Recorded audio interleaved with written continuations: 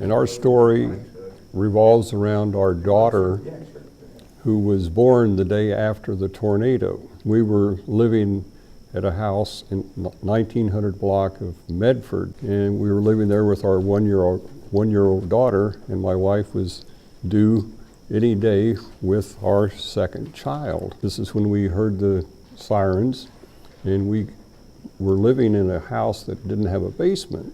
So we took off in the car with our child to her parents' house, which was on Randolph, a few blocks away. And that's where we huddled into the basement to hear the tornado go over.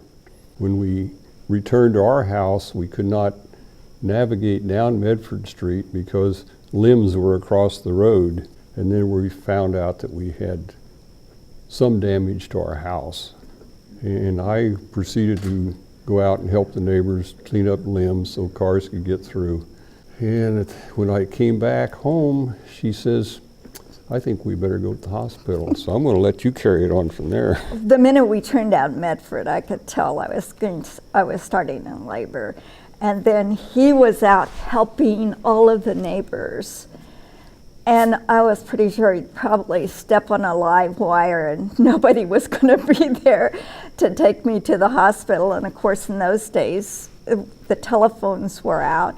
I would have there was no communication with anybody. And when he got back to the house it was about 3 a.m, I suggested that we needed to go. I figured I was going to get to the hospital, there'd be no room. The nurses would all be busy and I was going to be in trouble. And those days, that floor was closed, so only women and babies were allowed up there. And those nurses were so bored because they couldn't bring up the people that were hurt from downstairs. And I was the only one up there. I got such good care.